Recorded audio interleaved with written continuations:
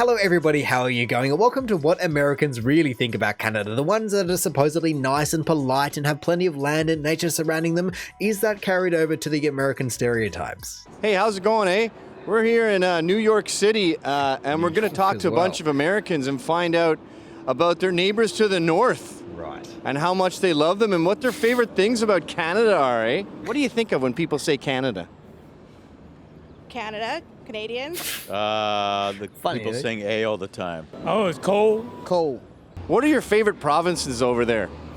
My favorite? I don't know. I've never been. I hear Quebec's really cool and Toronto's pretty cool. What do you think about the Okay. trouble there with English versus French? You think they'll ever work that out?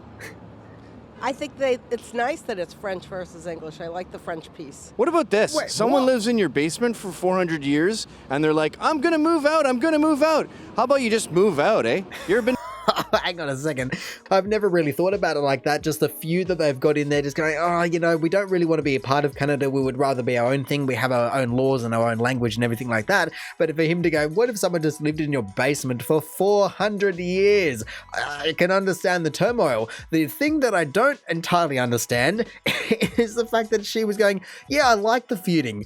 In what country universe is feuding between two nationalities, cultures, whatever you want to be calling it, a good thing? Surely you want just peace within domestically as well. Surely you want peace there. I can only hope that she was trying to convey the fact that she likes the strong multiculturalism that is present within Canada and not the feuding within Canada, but she has to be a little bit more delicate with her words if that is going to be the case. And then otherwise he is definitely just putting them on the spot going, what province is your favorite or what province do you like? And for him to go, I've never been. I guess you were pretty close to Canada living in New York, and so you might as well just jump the border at that rate. If nothing else, just go and appreciate the place that you've supposedly heard is so amazing. I mean, it's right there. I can only imagine it's pretty easy. Australia doesn't really have anything like that. The closest we have is New Zealand, and I think virtually everyone has been to New Zealand. You ever been to Montreal? No. Girls are as pretty as you there. I Wow, bet they are. You should go there. You'd feel normal. Okay. You could walk around, no one would stare. You could have like a normal dinner, no cat calls. It would just be like, there's another babe, eh? No cat calls Whoa. is good. That's Okay. great. But deep down they are kind of nice, eh? No, not at all. Well, let's tune back in when they stop. That's going to be a rough day. What about the strip clubs? Do they have different rules in New York?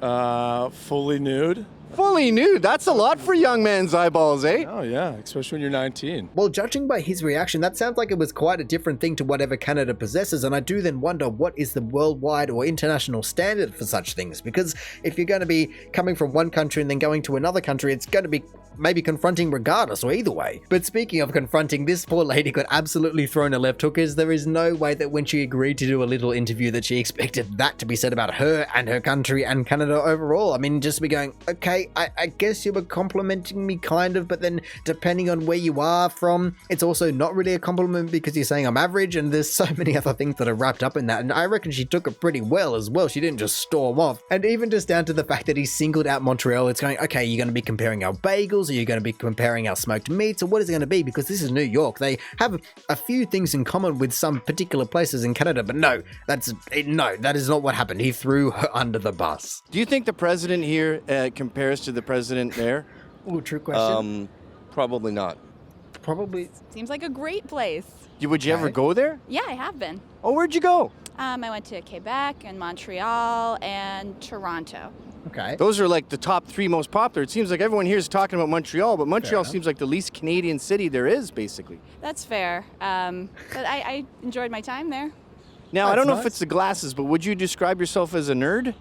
Yeah.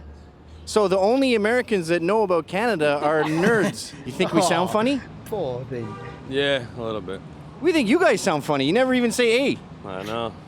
Think you're kind of putting it on a little bit. To be fair, in this context, I also have to agree with the black shirt guy that he is 100% correct. There is no way that he's walking around the streets of New York with that accent. I mean, I don't doubt that that is an accent that people have, even down to the intonation and how much they're using A, but not in this context. There is no way that it doesn't sound put on, and so I have to agree with him there. But then I also just need to see more of this guy, and if it was only a singular question, what was his full response? Because for him to say, no, I don't think it does, that doesn't enlighten us to anything. What do you mean? I don't think the president in Canada compares to the president in the USA. I mean, like I said, it was going to be a trick question, but Does he mean that it's better or worse? What kind of comparison are we making, let alone the fact that the Prime Minister it doesn't compare to the President, of course. And also, I just need to know, how far exactly is Montreal and all these places from New York? Oh, it's not that far. Look, let's go in Montreal to New York. It is 500 kilometers, so it's not next door. You couldn't just pop over for the afternoon.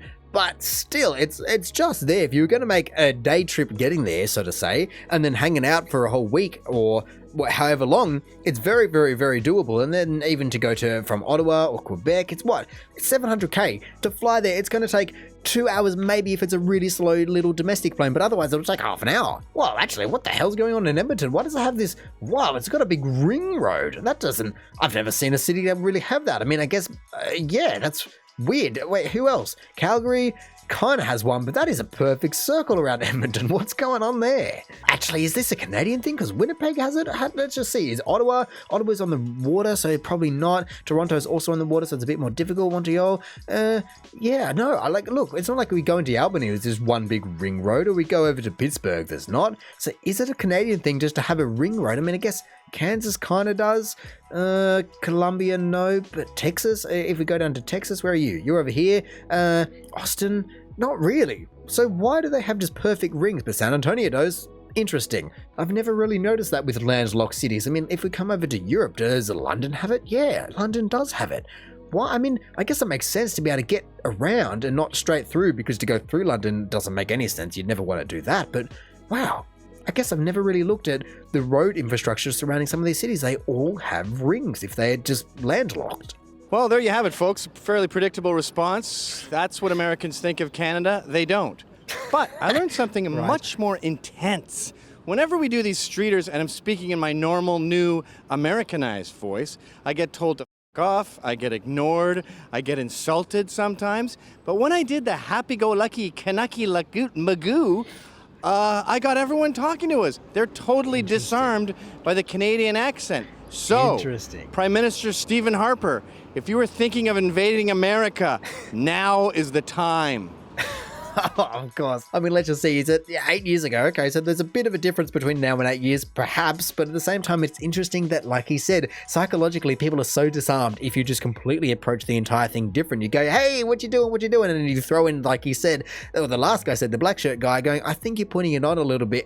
But he was still talking to him, where if he was talking in his standard accent, they might go, oh, I don't have time for you, go away. So perhaps that is also something that is helping feed the Canadian niceness stereotype. I mean, yes, they can also be actually being nice, but if you're approached by that kind of individual compared to a very cold individual that is often supposedly present in New York, it will be a very different experience. And I wonder, it's amazing how much the accent can change the perception of a country. For instance, we were even just looking at the UK, or in particular England, and I feel as though the formal British accent definitely encapsulates a lot of what people think about that. Very well spoken, very nice overall, maybe not the happy-go-lucky, but definitely a certain formal elegance about it. But look, overall, this video certainly doesn't help the USA's case for just remolding its stereotypes about what it thinks about Canada, or I guess, like I said, it doesn't think about Canada. So many people, Canada is up there and they completely pass over the radar, not under the radar, but they're more north and nothing happens up there. They make some cars and they say A, and that's about it. And yes, this was only filmed in New York, and so I'm sure you are going to have a few different perceptions if you travel around the country, but I feel as though also,